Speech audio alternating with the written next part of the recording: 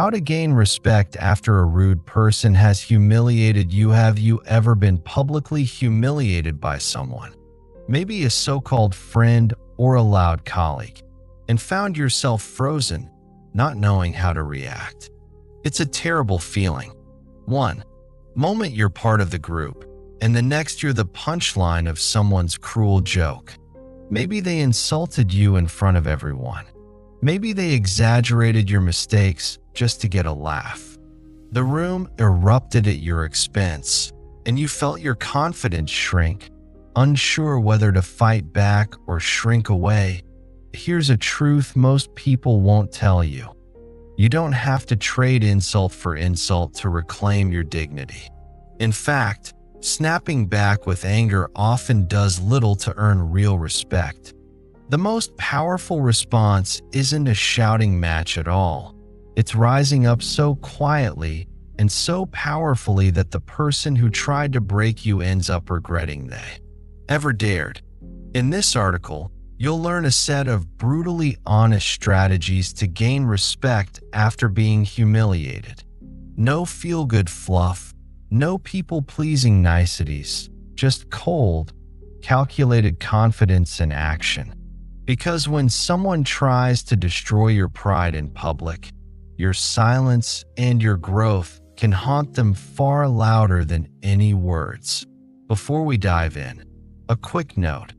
If you enjoy deep, thought-provoking insights into stoicism, self-improvement, and navigating life with wisdom, you'll love my videos. One by one, I share powerful lessons, controversial truths, and practical strategies to help you level up. Subscribe below to start receiving more valuable video content for you. Also, if you're a brand looking to sponsor meaningful content and reach a highly engaged audience, feel free to reach out via my email. Let's create something impactful. Together, 1. Let your results slap them in the face when someone humiliates you. The instinct is often to strike back with words. Instead, try something unexpected. Strike back with your success. Let your achievements and personal growth be the slap that they never saw coming. Let me share a personal story. I once attended a small gathering of friends and acquaintances, a casual setting, nothing formal. I made a minor slip-up while talking, something trivial that could happen to anyone. Then he pounced. You know the type. Loud, always performing. For attention, riding on sarcasm and ego. He seized on my small mistake and turned it into a punchline. He mocked me in front of everyone, laughing louder than even necessary just to ensure all eyes were on my embarrassment. Others chuckled along, not because it was truly funny, but because laughing with the bully felt easier than defending the target. That I stood there feeling a mix of anger and mortification. I had plenty I could have said to defend myself, witty comebacks, angry remarks, but I made a choice. I realized that if I clapped back in that moment, I'd be feeding the drama. I'd give him exactly what he wanted, my angry energy, my discomfort, a public scene. So I gave him nothing. I forced my face to stay neutral. I managed a small, quiet nod as if his joke didn't bother me at all. On the outside, I looked like I was going along with it. But on the inside, I made a promise to myself. He can have this cheap laugh now, but I'll make sure my success outshines his joke later. From that day forward, I practically went ghost. No more joking around in group chats. No social media posts trying to prove I was okay. I stopped trying to convince anyone of my worth with words. Instead, I started building proof through action. I woke up earlier than everyone else. I hit the gym harder, pushing myself every morning. I read more books and learned new skills. I took on projects I'd been procrastinating on for months. I even quietly cut off a few people who had laughed at me alongside him. I didn't need that negativity in my life. In short, I invested in myself like my life depended on it, because in a way, my pride did. It wasn't just about revenge. It was about redemption. Every single day that I improved, I visualized a future scene. 6 months, a year down the line, when I'd run into those same people again and they wouldn't recognize the confident, successful person I had become. I imagined the looks on their faces when they realized the guy they had once mocked had risen far above them. And you know what? About 6 months later, that moment arrived. I was in a completely different headspace, sharper, fitter, more focused than ever. Out of the blue, I got a message from the very same guy who had tried to humiliate me. "Hey, I've been seeing your progress. Got any tips on how to get disciplined and grow a brand so fast?" Yes, the man who once laughed at me was now asking me for advice. This time, he wasn't laughing at all. In that moment, I realized I'd already won. I didn't even need to reply to him, and I didn't. My results, the new me that I built in silence, were loud enough. My success had done the talking. The guy who once made me the butt of his joke now had to come to me, looking up to me without me saying a single word. That's the controversial truth. Clapping back with insults is loud and short-lived, but clapping back with results is silent, powerful, and absolutely devastating in the long run. When someone publicly disrespects you, they want attention. They want you to engage in a war of words. So don't give it to them. Starve them of the reaction they seek, and instead give them outcomes. Let them watch you transform into someone they can't touch, someone who's too busy succeeding to even acknowledge their petty behavior. Every achievement you earn, every improvement you make, becomes another blow to their ego. Your transformation will speak so loudly that their jokes from the past will start to feel like ancient history. Your newfound discipline will make their laziness stand out. Your consistency will highlight their lack of commitment. Your silence will become a mirror that reflects their own insecurities and pettiness. When you grow and they don't, your very existence becomes a reminder to them that they lost a so. Don't seek petty revenge. Don't beg for respect or waste time defending your name with arguments. Build yourself up so much that the insult they threw at you becomes the origin story of your success. Let your achievements pile up until they form a towering rebuttal. In the end, your success will slap them in the face without you ever lifting a finger, wondering what to do in the heat of the moment. Sometimes the best immediate response is to give them nothing at all, which brings us to the next point. 2. Publicly ignore them when it comes to immediate reactions. There are few moves more powerful than pretending the offender doesn't even exist. Especially in public, your cold indifference can speak volumes. If someone humiliates you in front of others, they are making a power play, testing you, expecting you to flail or fight back. They crave a reaction. They want to see you angry, flustered, in tears, any sign that they succeeded in rattling you. That reaction would feed their ego and make them feel in control. So how do you flip the script? You give them nothing. No anger, no woody comeback, not even a glare. You refuse to engage. Publicly, you act as if they're not worth your attention. You ignore them, calmly, coldly, completely, as if they were invisible. Let me be brutally honest. The people who try to humiliate you in public aren't just being rude.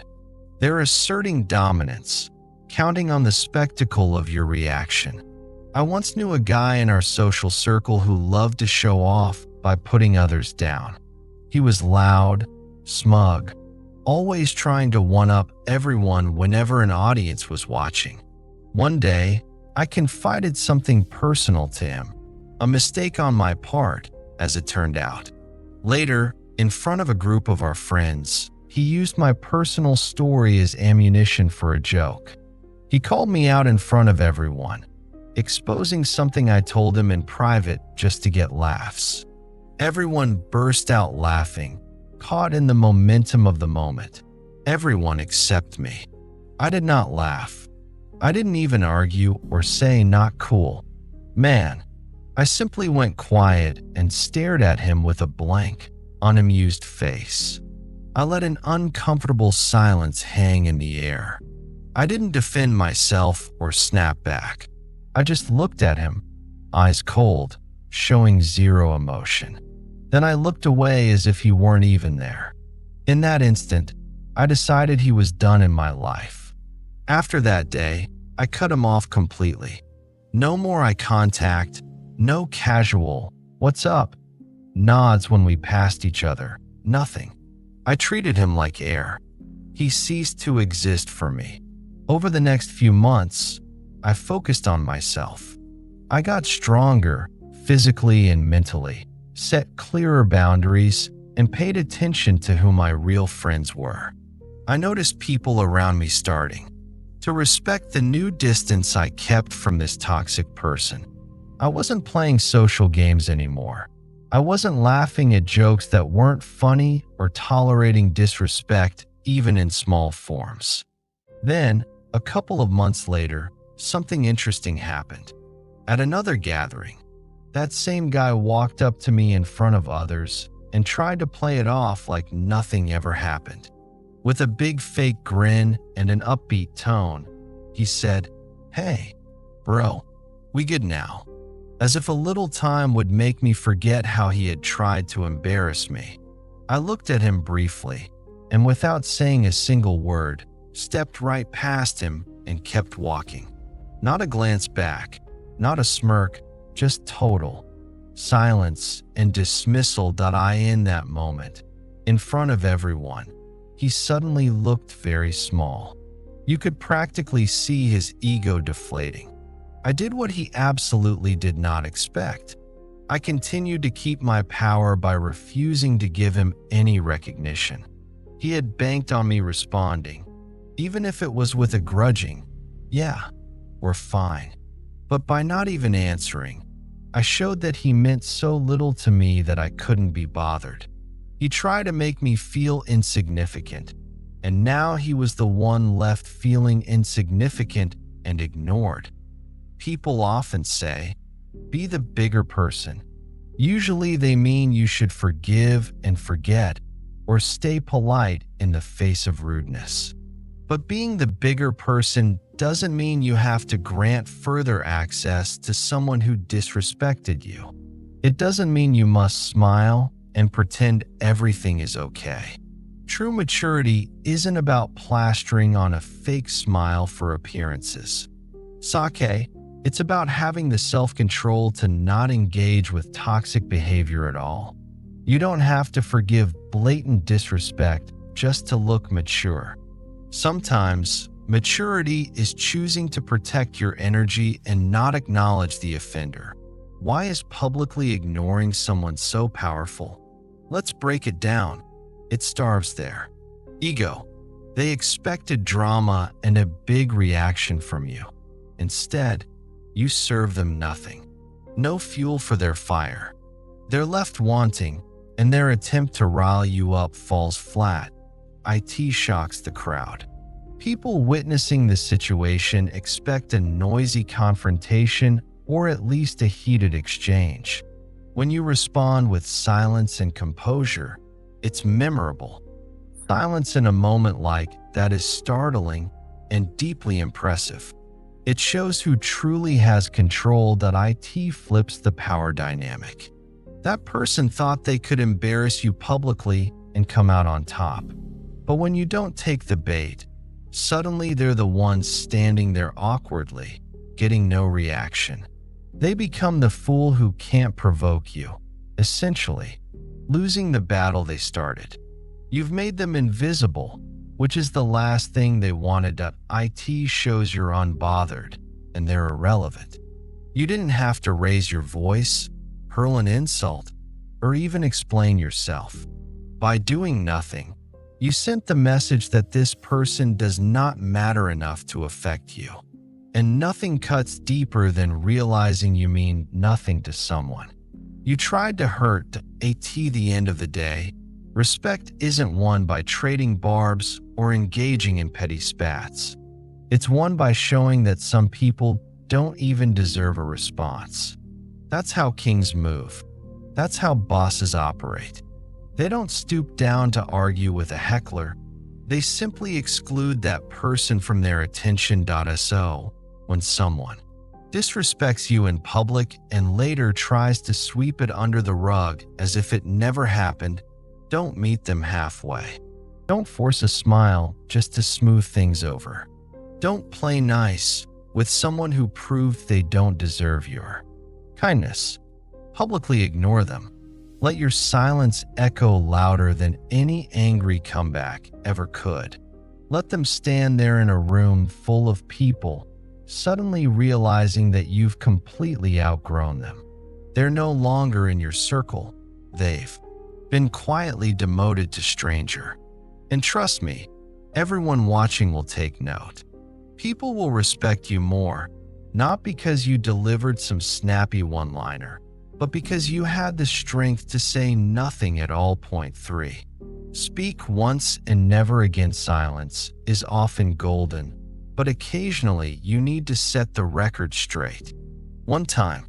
If you must respond to public disrespect, do it once with absolute clarity and finality, then never address it again.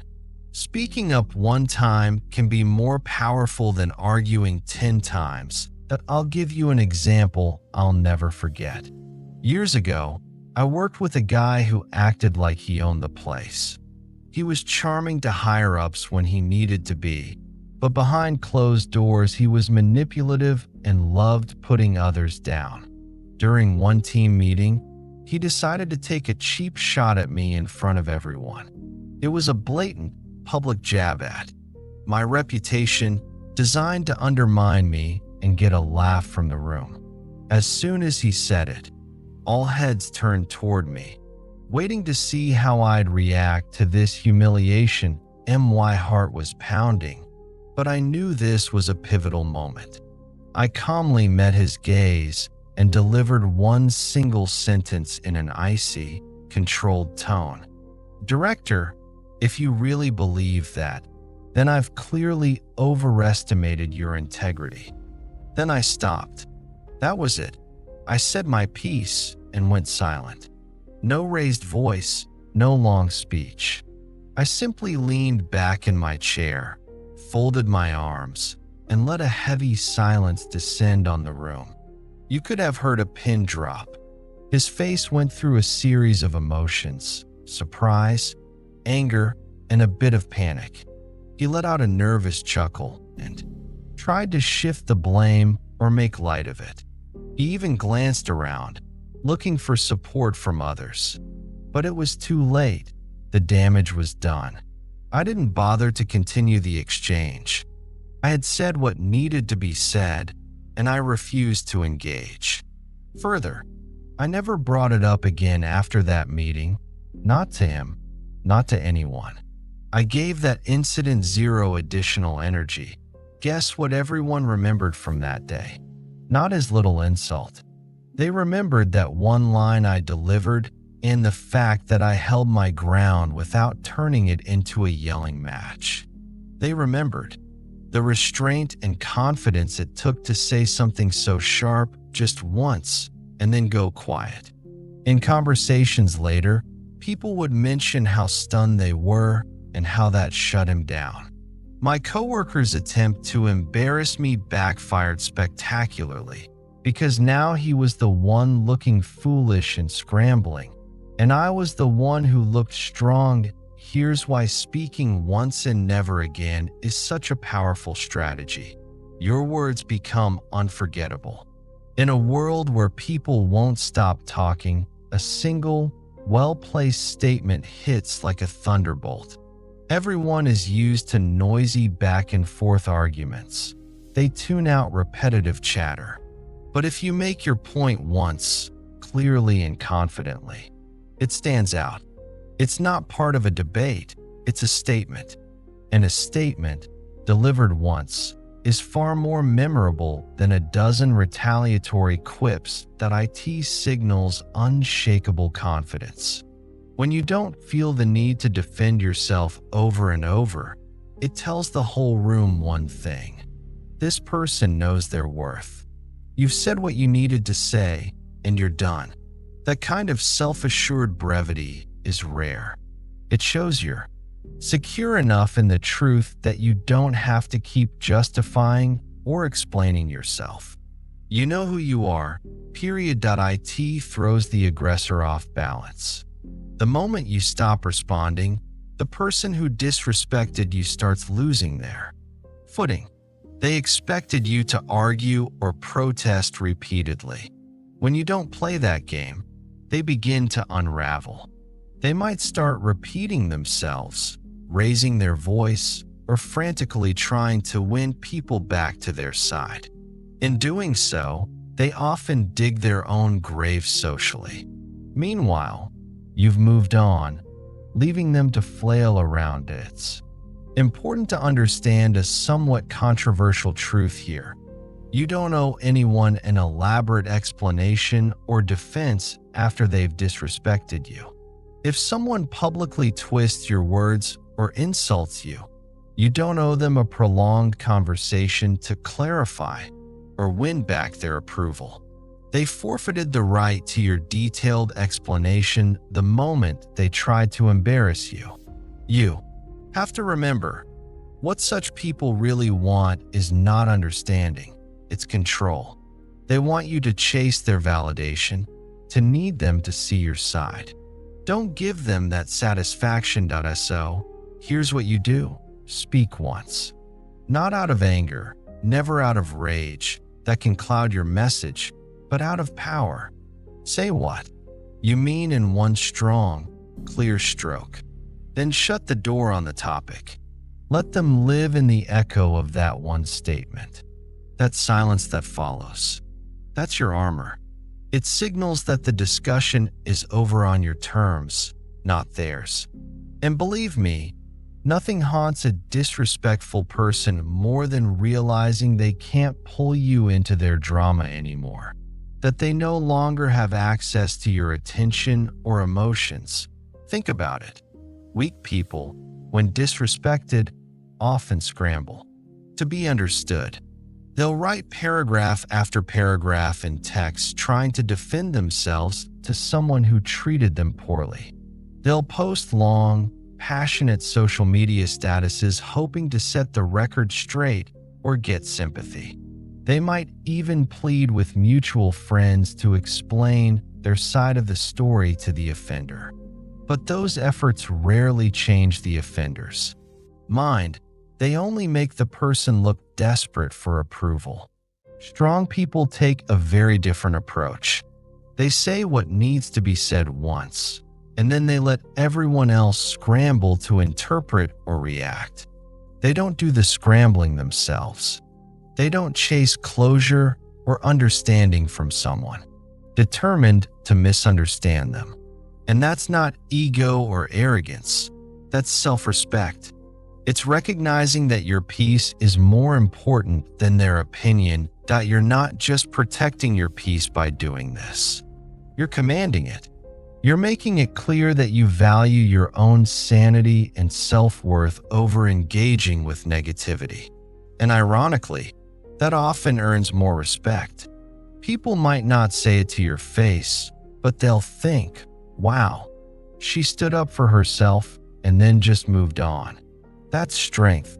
So the next time someone humiliates you publicly or attacks your character, resist the urge to go on and on defending yourself. Don't bark back continuously. Don't plead with them to understand your perspective. Don't overshare in an attempt to prove them wrong. Say your truth one time, with backbone and fire, and then let it hang in the air. If they try to engage you again, simply don't respond. Let them drown in the silence of their own making. Real strength isn't loud. It doesn't engage in a shouting contest. Real strength is saying what you mean once and then never again. It's the quiet confidence of knowing time and truth are on your side, and you don't need to prove anything further. Another highly effective approach is to use wit instead of wrath. If you can pull it off, humor can slice through pride like a dagger. 4. Use humor as a dagger when someone tries to humiliate you. The worst thing you can do is get visibly upset. That's exactly what they want. They feed off your anger or hurt. But do you know what response can completely throw them off their game and even win over the crowd? A calm, calculated joke.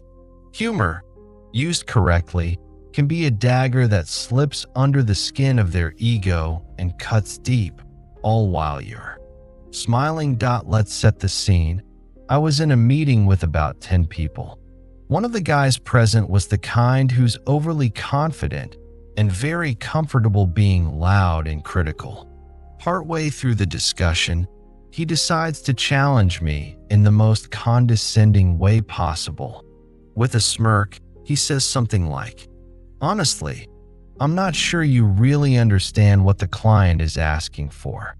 It was phrased like a concern, but make no mistake, that was not a sincere question. It was a public slap aimed at making me look incompetent in front of everyone. He wanted to trip me up and watch me stumble in response. Now, a younger version of me would have rushed to defend myself with a lengthy explanation, maybe getting flustered and over-justifying my understanding of the client's needs. But not. This time, I paused for a second, took a breath, and instead of getting angry, I let a slight grin curl my lips. Maintaining steady eye contact, I replied sweetly, "You're absolutely right. Let's all slow down to your pace." For a split second, he didn't even grasp the jab. The room went dead silent, and then a few people let out awkward, "Ooh, that must hurt" chuckles. My remark had been polite in tone, but the message underneath was clear to everyone. I just subtly called him slow and out of his depth.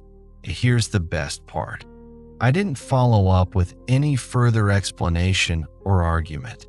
I immediately and smoothly continued with the meeting agenda as if nothing noteworthy had happened, essentially brushing off his comment like lint off my shoulder. The whole room felt the shift. He, who had been so loud and cocky, didn't say another word for the rest of the meeting. He sat there stewing in the humiliation of being subtly outwitted. And I didn't have to yell or lose my cool at all. I simply made it very clear with one witty remark that I was not the person to mess with. Why does humor work so much better than rage in moments like this? Consider a few reasons. It confuses the enemy. Bullies and loudmouths expect to see you get mad or flustered. That's the outcome they're trying to provoke. When you respond with a sharp, witty comeback instead of anger, it's disorienting. They're left thinking, "Wait, what just happened? Did everyone catch that?" They're not sure how to react because you haven't followed the script they anticipated. It turns the room in your favor. People naturally admire confidence and composure. When you handle an insult with a clever joke and a smile, it signals incredible self-assurance. Those watching are likely to side with you, at least silently, because you've shown you can rise above the attack and even make light of it.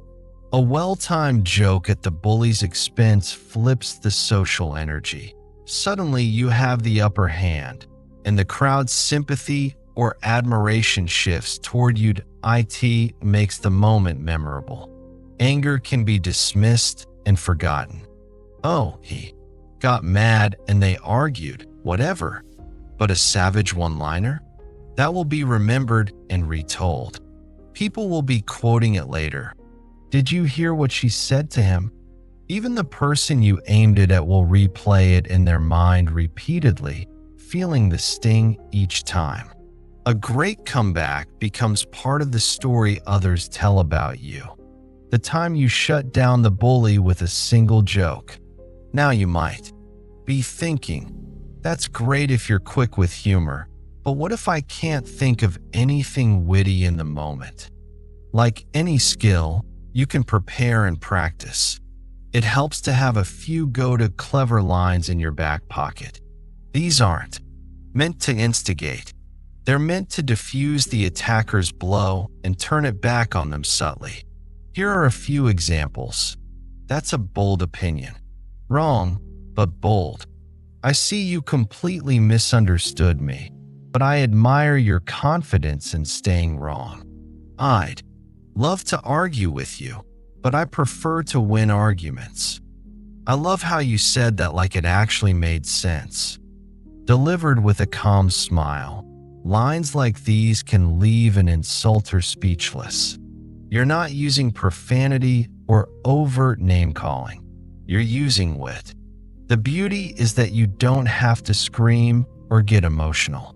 You just precisely poke at the ridiculousness of what they said. Remember, you don't need to swing hard. You just need to aim well. Humor done right confuses and disarms. Most people who lash out at others publicly do so from a place of insecurity and a hunger for control. They expect either compliance or outrage. But nothing shatters that illusion of control faster than someone who can laugh in the middle of the attack, someone who can take the heat and throw it back as a joke.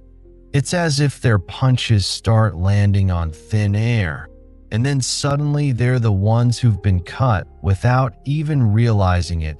Let's make one thing controversial and crystal clear.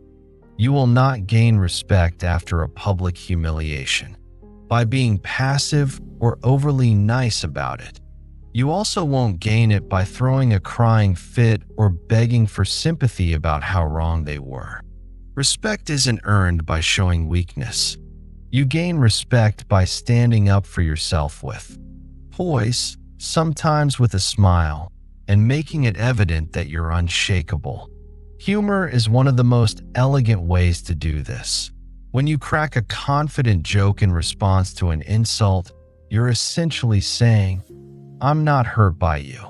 In fact, you're a joke to me. That is powerful. You start to gain a reputation. This person is not to be messed with. People will say, damn, did you hear what he said in response? He shut that down without even blinking. That's when they know you're not just unbothered. You're dangerous to anyone who would try to make you the fool. Why dangerous? Because in a world that often runs on ego and intimidation, someone who can keep their cool and even make others laugh during a confrontation holds a special kind of power. The sharpest blade is the one that glides through with a smile. Next time a person tries to make you the butt of a joke or publicly undermine you, resist the urge to explode in anger or to shrink away in defeat. Stay composed. Maybe even let a small smile hint that you find them ridiculous. Then, if you can muster it, deliver a light jab of your own in the form of a clever remark. After that, walk away or move on as if it didn't faze you one bit. Let them and everyone else laugh on the outside, while you know that the instigator is quietly bleeding on the inside from that quick cut of yours. Humor aside, there's another group to watch out for in any public humiliation: the bystanders who participated. The next point is about them. 5. Cut off anyone who laughed with them. Let's get brutally real. When someone humiliates you publicly, your attention immediately goes to the person who did it. But there's a second culprit you shouldn't ignore. The ones who laughed along or stood by silently.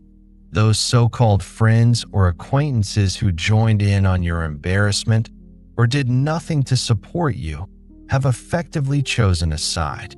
And it wasn't yours. In many ways, their betrayal can hurt more than the instigator's insult. Disrespect from an enemy is expected. Betrayal from a friend hits deep. The person humiliating you is blatantly crossing a line, but the people who were supposed to have your back, when they just laugh or stay silent, they're crossing a more subtle but significant line of loyalty. I remember a time in college that taught me this lesson.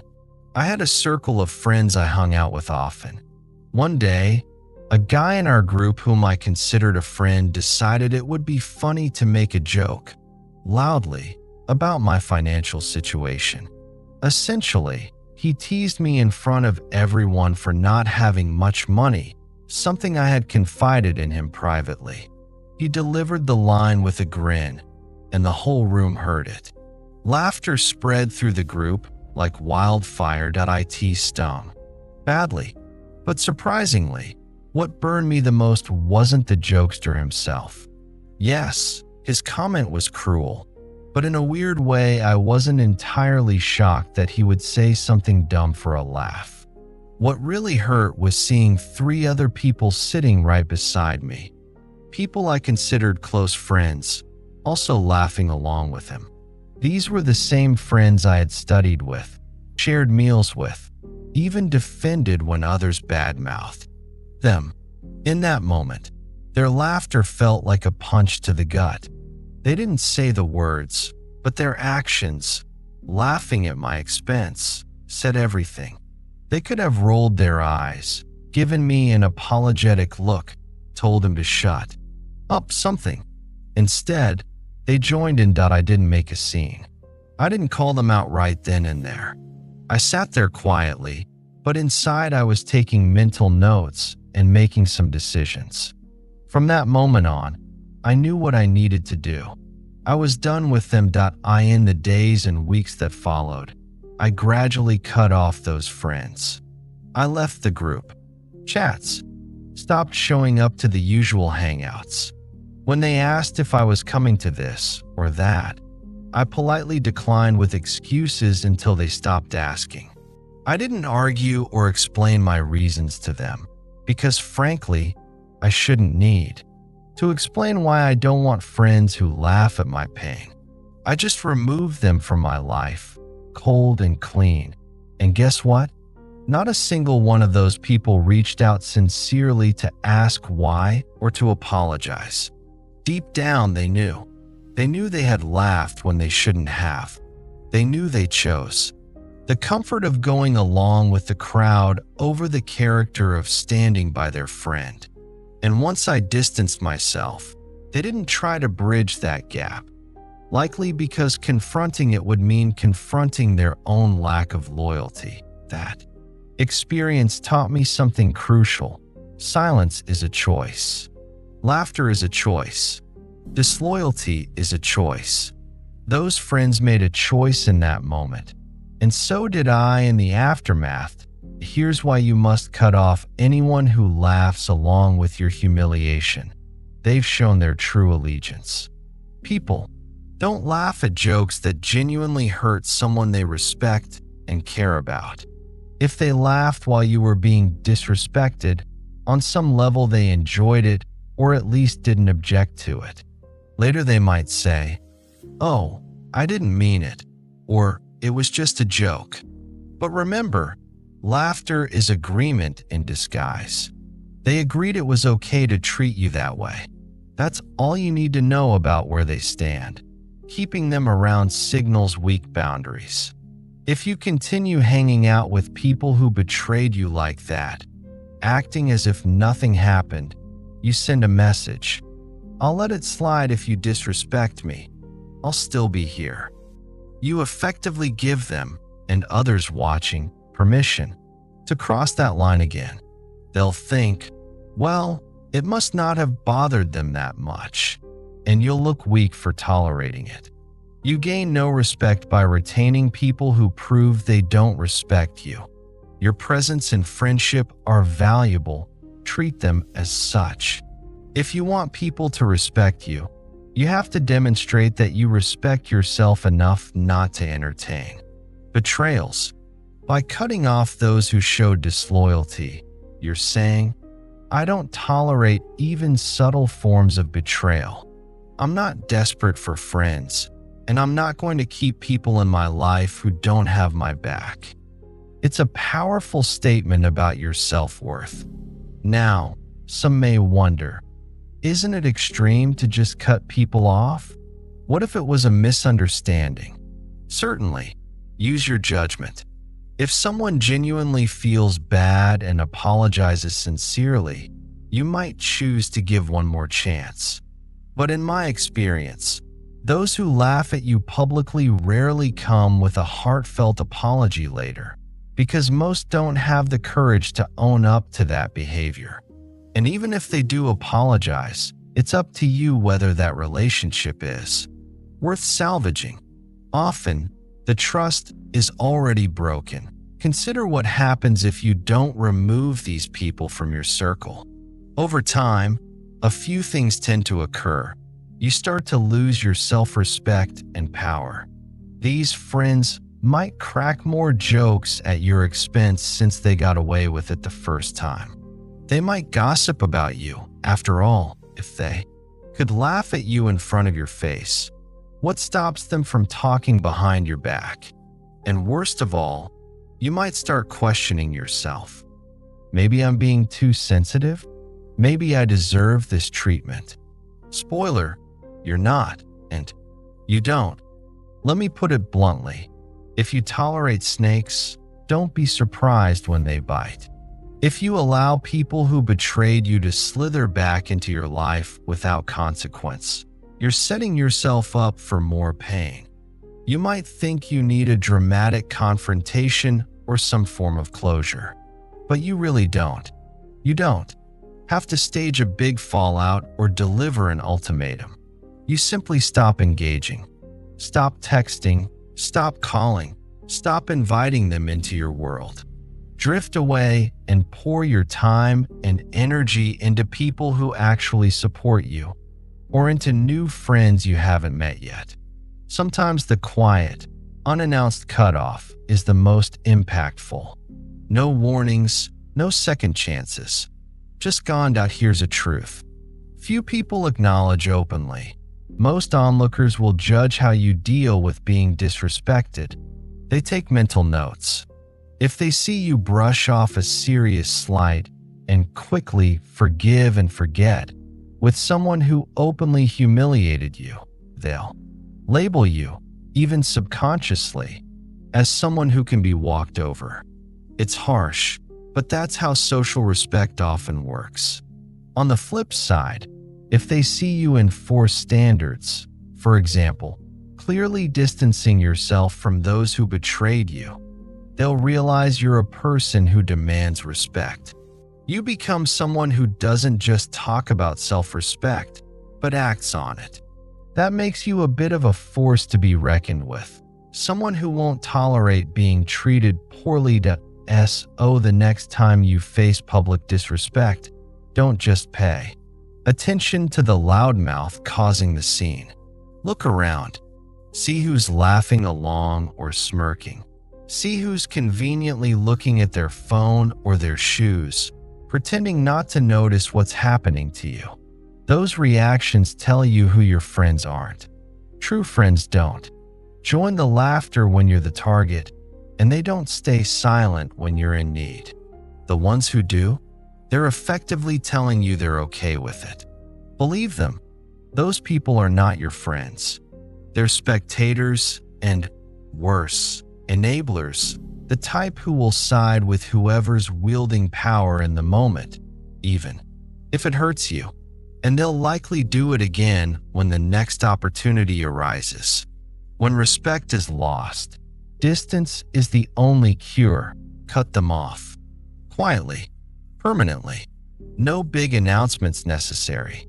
You don't have to explain yourself to people who betrayed you. They likely wouldn't understand your loyalty if they lacked it themselves. Just remove them from your inner circle and move on. You'll find your life feels lighter without that distrust and negativity around you. Your true friends, or new, better ones, will fill that space. People who uplift you, not tear you down. As you trim the dead weight from your social life, you'll notice something else. Your circle becomes stronger. The people remaining are the ones you know you can trust, and they'll respect you even more for having the courage to enforce your boundaries. And those who got cut off, they'll either realize their mistake and stew in regret, or they were never worth your time to begin with. Either way, you win. By now, we've focused on reactions and removals. Let's talk about using the experience as fuel, turning that humiliation into motivation to evolve. In other words, making them deeply regret they ever picked on you. 6. Make them regret picking on you when someone humiliates you. They're not just trying to be funny, they're testing you. Consciously or not, they're gambling on the idea that you'll take it, that you won't fight back effectively, that you'll stay quiet and let it slide. This is exactly where you have an opportunity to flip the narrative. The best revenge is not an outburst or a revenge plot, it's transformation. You want them to deeply regret ever thinking you were an easy target by becoming someone they can't ignore or look down on ever again. The key is, don't react with emotion, respond with evolution. Use that sting of humiliation as energy too. Improve yourself in every way possible. Let your growth be the thing that makes them say, I really misjudged this person. I have a true story from my early career to illustrate this. In my first job out of school, I worked under a manager who was, to put it kindly, a jerk. He had a habit of belittling his team members to boost his own ego. One day, during a big meeting with the entire team and some higher-ups, I was presenting an idea. My manager interrupted me repeatedly, clearly trying to trip me up. Finally, he smirked and said loud enough for everyone to hear, "Let's leave the real decisions to people who actually know what they're doing." Then he moved on as if he hadn't just slapped me in the face professionally. A few people chuckled, and I felt my face go hot. This was beyond criticism. It was public shaming. In that moment, I had to swallow a cocktail of anger, embarrassment, and a bit of devastation. I wanted to either lash out or crawl under the table, but I did neither. I took a deep breath, fixed a neutral expression on my face, and said nothing at all. I didn't trust myself to speak without my voice shaking, and I knew any protest might just make me look weaker. Instead, I made a silent vow. He's going to eat those words, and I won't even have to rub it in when he does. From that day, I went quiet in meetings, not out of defeat, but out of determination. I stopped trying to impress that manager or get in his good graces. Clearly, that wasn't going to happen. Instead, I put my head down and focused completely on improving my craft. I became a sponge for knowledge, learning everything about our business, our clients, our products. I volunteered for the toughest clients and the least desirable projects that others avoided. I worked longer hours, not because I was told to, but because I was driven. Every time I felt tired or discouraged, I remembered that meeting, that comment, that laughter. It lit a fire under me. I wanted to become so good that he would have no choice but to acknowledge it, and so good that I didn't even need his acknowledgement. For a few months, I was a man on a mission in silence. I wasn't bragging about my plans or telling anyone what I was doing. No Facebook posts like, "I'll show them." I just kept my head down and worked. About 3 months later, something big happened. I closed a huge deal with a new client. A deal that, frankly, saved our quarter's revenue. It was the kind of win that even upper management noticed and celebrated. We had a company-wide meeting where this success was announced. And guess who had to stand up in front of everyone and congratulate me? That very same manager. There was a moment, I'll never forget it, where he handed me an award certificate for outstanding performance, and he couldn't even look me in the eye. He mumbled something about my hard work and great results. I just smiled politely and thanked him as if nothing was wrong, but inside I was elated. This was the exact scenario I had envisioned, him effectively eating his cruel words from before. And the beauty was, I didn't have to say anything to make it happen. My work spoke for itself. After the meeting, a few colleagues even came up to me and whispered about how awkward it was to watch him praise me given how he used to treat me. Everyone knew, though no one said it outright, that I had proven him utterly wrong. He regretted underestimating me, even if he'd never admitted out loud to "Oh, how do you make someone regret picking on you?" Follow a 3-part game plan. Become the person they said you'd never be. The fastest way to shut the mouth of a critic is to succeed in exactly the area they mocked. If they called you dumb, outlearn them and become incredibly knowledgeable. If they mocked your ideas, build those ideas into something real and impressive. If they laughed at your dreams, live to achieve them and then some. Essentially, let their insult be the fuel, not the wound. Every time you think, "Maybe I can't," remember their sneer and turn it into motivation. There is nothing sweeter than achieving what someone confidently claimed you couldn't. Build in silence, come back in power.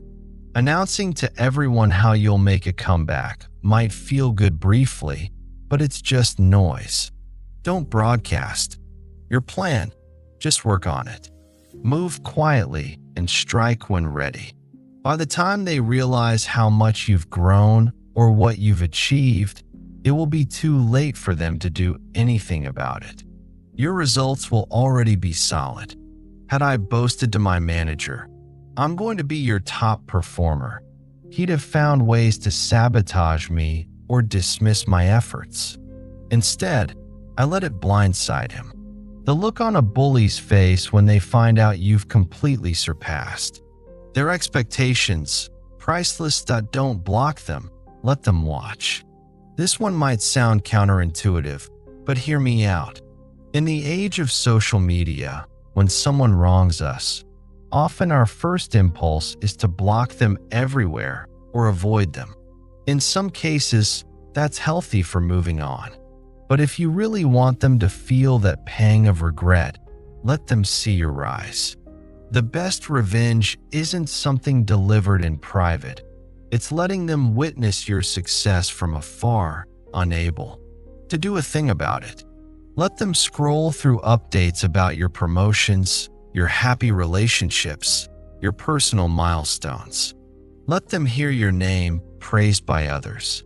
Every time your name comes up attached to something great, it'll remind them of how they tried to bring you down and failed. Your success becomes their personal punishment. Of course, if seeing them or their online presence triggers you or hinders your progress, it's perfectly fine to block for your own peace. Do what's healthiest for you first and foremost. Some people will tell you to forgive and forget. Forgive if you can. Forgiveness is for your own peace, so you don't carry bitterness. But never forget, not in the sense of holding a grudge or seeking direct revenge, but in the sense of remembering the feeling of being underestimated and humiliated. Pain has a memory. If you use that memory correctly, it doesn't remain pain. It becomes motivation. In my case, I didn't sit around seething with hatred for that manager. Okay, maybe for a week I did, but then I channeled it. I let the memory of his words drive me to work harder than ever.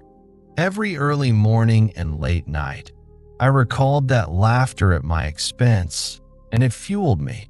They picked on you at your weakest, thinking you wouldn't fight back. Fine, let that be the plot twist. They picked the wrong person. Show them that the quiet or weak person they thought they were humiliating was actually a sleeping lion. And now the lion is awake, not roaring in anger, but quietly and methodically becoming a force of nature. And no, this isn't about becoming a bully yourself or plotting to humiliate them in return. You do not need to sink to their level or orchestrate some scene to embarrass them back. You don't even need to confront them again. The best regret they will feel comes from witnessing you turn into everything they insisted you wouldn't. It's seeing you shine in areas they tried to dim. It's hearing others speak highly of you, knowing they once tried to make you a laughingstock. It's having to swallow the reality that they completely misjudged you. Here's a cold truth. Nobody ever regrets bullying the person who disappears quietly and stays down. Bullies often don't think twice about someone they tormented if that person just fades away.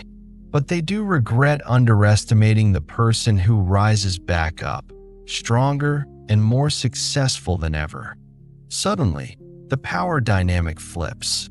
They go from feeling superior to feeling like an idiot for not seeing your potential, for possibly driving you to become even greater, become that person they never saw coming. Rise silently, work on yourself relentlessly, and one day walk back into that room, literal or figurative, unrecognizable, brimming with confidence, skill, and achievements.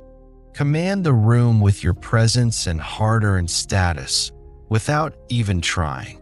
By the time they realize what you've become, it'll be far too late. The respect will be yours, and they'll have no choice but to choke on their earlier scorn. One more thing. None of these strategies work if you don't genuinely believe you deserve respect. That ties into having standards. Final major point. 7. Stand on your standards. Let's get one thing straight. When someone humiliates you publicly, they are absolutely testing your self-worth. They are indirectly asking, how much disrespect will this person tolerate? Your reaction tells not just them, but everyone watching, what your standards are for how you allow others to treat you. This is why having and enforcing personal standards is so crucial that it's not enough to say you have self-respect or boundaries. You prove it by your actions. Stand on your standards, even when it's hard, especially when it's hard. Those moments of public disrespect are often a crossroads. Will you stick to your principles about how you demand to be treated, or will you waver to avoid conflict? I used to have a friend, let's call him Ree, who loved to make jokes that were actually thinly veiled put-downs. You know the kind, mean comments packaged as humor. He'd tease me about personal things, my appearance, my family, my ambitions, and then follow it up with, "Relax, I'm just kidding." For a while, I laughed it off or rolled with it, thinking maybe I was being too sensitive or that he didn't mean harm. But over time, those comments chipped away at my trust. He was getting too comfortable disrespecting me and cloaking it in, "It's just a joke." One day, we were out with a group of friends, and he cracked a joke about something extremely personal, something I had told him in confidence that I was struggling with at the time. He blurted it out in a jokey tone for everyone to hear. People in the group chuckled, not fully realizing that what he said wasn't harmless. I felt my face heat up with a mix of anger and embarrassment.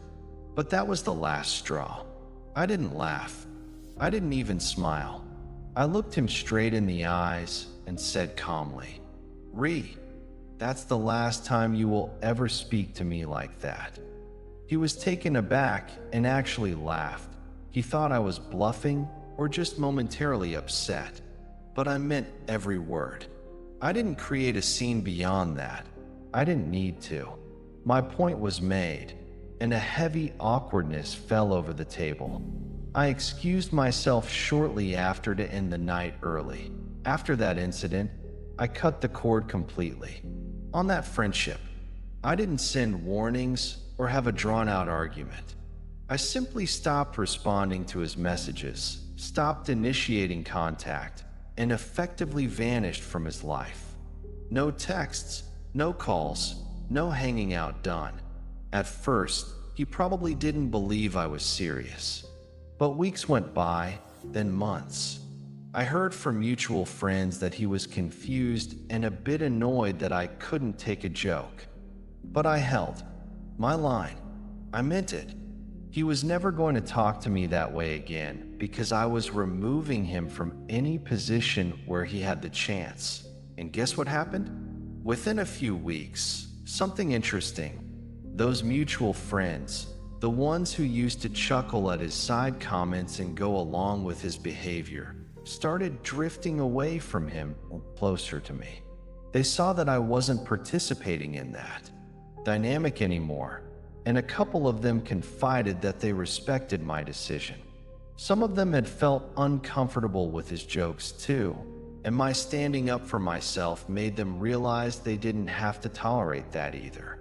Essentially, when you have standards, you become a bit magnetic. Not because you're pleasing everyone. In fact, some people will be mad at you for it, but because people secretly admire and gravitate towards someone who clearly respects themselves. That let's break down what it means to stand on your standards and why it's so important. Standards are nothing without enforcement. Think of a boundary like a line in the sand. It means nothing if you let people cross it without consequence. Anyone can claim they have boundaries or say, "I demand respect."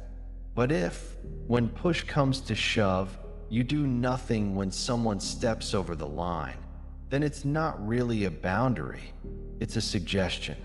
If I had told Ree off, but then laughed with him again next week after he apologized half-heartedly, my earlier words would carry no weight. Your standards should be like concrete. If someone steps over, they hit a wall. No warning shot next time. No repeated second chances. One strike, and they know you're serious. Otherwise, they'll cross it again with even more confidence. People will test you just to see if you're serious. It's an unfortunate truth. Some individuals will intentionally push your buttons or disrespect you on purpose to gauge your reaction. It's almost like they're asking, "Are you really strong, or is it just for show?" If you fold and brush it off, you've trained them, and anyone watching, to think you didn't really mean your own rules. If you stand firm, two things can happen. Either they respect you for it, even if grudgingly, or they stay away from you because they know they can't get away with their antics. Both outcomes are wins. You either gain a respectful friend or lose a disrespectful one. Enforcing standards will cost you some people, and that's a good thing. Let's be honest. When you start standing up for yourself and saying no to disrespect, some people in your life will not like it. They'll say you're being difficult or you've changed. They might distance themselves because they can't treat you as casually or as poorly as they used to. Let them leave. Those who fall away because you enforced a healthy boundary were only there so long as it was easy for them anyway. Yes, It might hurt to have a friendship fade or end, but what you gain is self-respect and room for better friends. The people who truly value you will stick around and will actually adjust how they behave toward you. The ones who call you arrogant or oversensitive for having standards, those are the ones who benefited from you having none. And yes, I assure you, people will say, "Oh, you've changed," like it's a bad thing. My response to that is, damn right I've changed. I grew. Growth often looks like arrogance or attitude to those who preferred you when you were easier to manipulate. The controversial part is that most people go through life with pretty flimsy standards. They want to be liked, so they laugh off things that hurt them. They bite their tongue when they should speak up, and they tolerate disrespect under the guise of being nice or keeping the peace. But that's not true peace. That's self-abandonment. I'm not saying go around picking fights. I'm saying don't abandon your self-respect to make others comfortable. When you finally start enforcing your standards, you might be surprised by the reactions. Some folks will fall in line and actually treat you better, not because you threaten them, but because they sense that you respect yourself now, and they adjust accordingly. They know if they don't, they might lose access to you. Others will slip away. Let them. They were likely taking advantage of you in some way, or at least not valuing you properly. Here's how to put standards into practice in a simple way. If someone disrespects you once, you address it plainly once. Let them know it didn't fly. If they do it again, you walk away. It could be walking away from the conversation, the relationship, whatever is appropriate, but you remove yourself. No debates, no drawn-out drama, just distance. And crucially, never lower your standards, just to keep someone in your life. If someone requires you to put up with being demeaned in order to be their friend or partner, that friendship or relationship isn't worth having. Think of your standards as the rules by which others learn how to treat you. Every time you let a bad behavior slide because you don't want to cause a fuss, you're teaching them that it's okay. Conversely, when you push back or cut them off, you teach them you mean business. In the earlier story with my friend Ree, had I laughed off that last cruel joke, I'd be teaching him, and everyone there, that I'm okay being the punching bag for laughs. By cutting him off, I taught everyone something else. I value myself too much to stay friends with someone who humiliates me. That lesson reverberated beyond just me and him. Others saw it and internalized it. Some might have thought I overreacted, sure, but I'll bet at least a few thought, I wish I had the guts to do that. Or they reconsidered how they joke with their friends. One person standing on their standards can raise the bar for an entire group, and that's how you get respect. Not by demanding it loudly, not by clapping back at every insult in a tit-for-tat game, but by consistently standing tall on principles, on what you will and won't accept, and never shaking from those, even when you're tempted to for the sake of social ease. They thought your standards were a joke. Fine, enforce them and you become the lesson. It's like they all laughed thinking you were okay with it, until you walked away and showed them you weren't. Suddenly the joke's on them, and they have to reconsider how they behave. The truth is, you don't gain respect by reacting impulsively when you're humiliated.